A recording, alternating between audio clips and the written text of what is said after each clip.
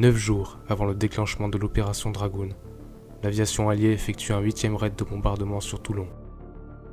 Le 6 août 1944, les U-471 et U-969 sont coulés à leur bassin et quais respectifs.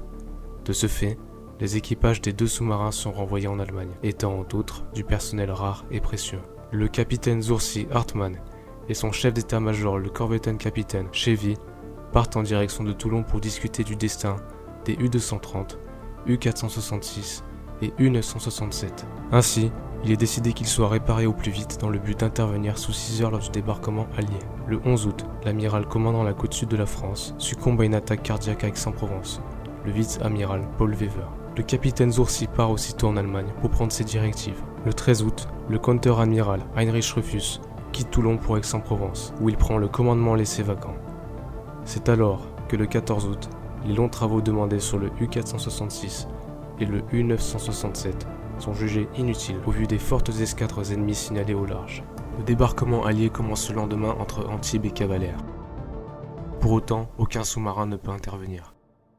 Toulon est à nouveau bombardé le 16 août, puis quotidiennement les 3 jours suivants.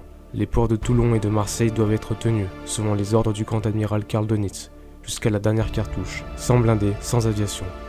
19 août, les U-466 et U-967 sont détruits à l'aide d'explosifs. Dönitz télégraphiera personnellement à Röfus que l'Allemagne a les yeux fixés sur lui.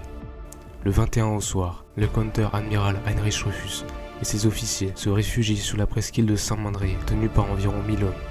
Toulon est investi à partir du 23 août.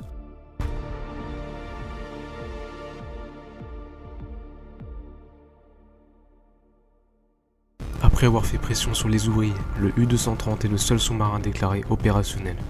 Il part alors le 17 août à 3h30, avec le seul commandant se trouvant à Toulon, le jeune Oberleutnant Zursi Heinz Egen Eberbach, âgé de 23 ans, accompagné d'un équipage complété avec les membres de U-380, du U-466 et du U-967.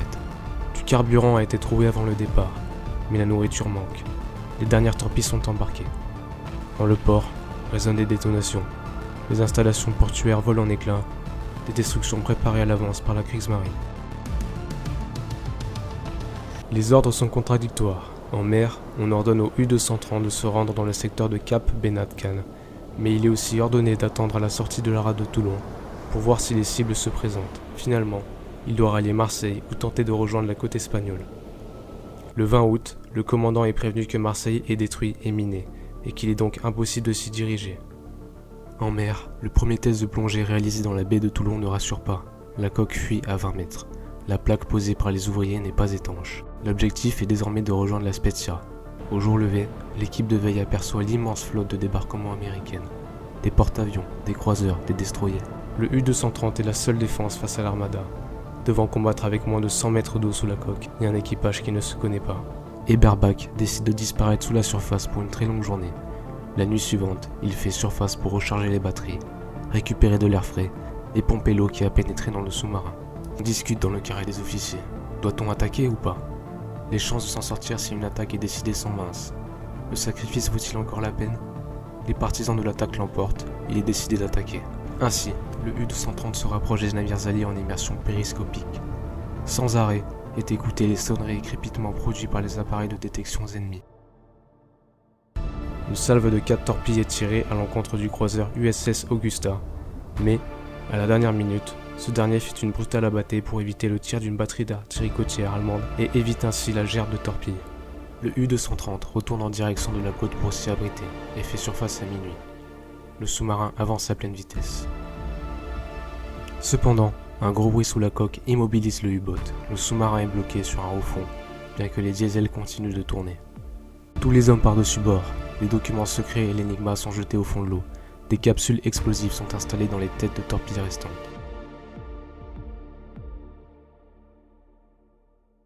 Trois jours de patrouille, le sous-marin est tout juste à l'est de Toulon, face à la plage des Galets, près de la pointe de Saint-Elme, sur la presqu'île de Saint-Mandrier. Le commandant, l'ingénieur et un sous-officier sont les derniers à quitter le bord. Ils ont allumé les explosifs à retardement. 3 détonations sont entendues. De la fumée sort du kiosque. Toutefois, les torpilles n'ont pas explosé malgré les 350 kg d'explosifs. Le commandant du U-230 informe du sabordage et de son intention de conduire l'équipage en Allemagne. Des marins de l'artillerie côtière ayant observé la manœuvre, donne à manger et à boire à l'équipage. 2 jours après le sabordage, les 50 sous-mariniers décident de partir en direction du petit port de pêche de Saint-Elme pour trouver un chalutier afin d'échapper à une captivité certaine. Ils entendent les Français fêter la libération, la musique qui ne masque pas tous les coups de feu. L'équipage parvient à quitter le petit port de nuit sur un chalutier muni d'un drapeau tricolore en direction de l'Espagne. Halte est effectuée à l'aube du 24 sur l'île du Château d'If, toujours occupée par les Allemands. Les marins assistent pendant 2 jours au combat dans la ville, presque quartier par quartier.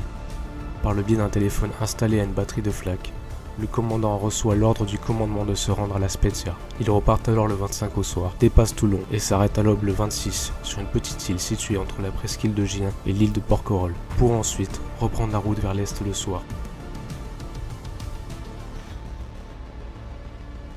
Le 27 août, vers 2 h du matin, après avoir dépassé les îles d'Hyères, les marins sont arraisonnés par 2 destroyers américains.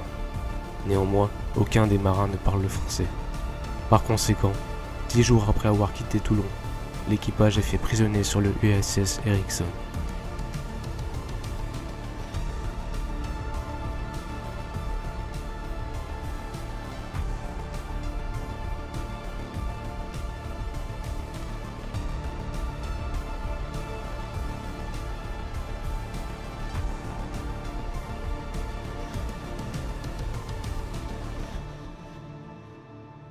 À la suite de 8 jours de combat, la dernière pièce du 340 est tombée. De cette manière, harcelé sans répit de façon permanente au cours de 5 jours par l'aviation et la marine, le contre-amiral décide de capituler sans condition le 28 août à 8 h.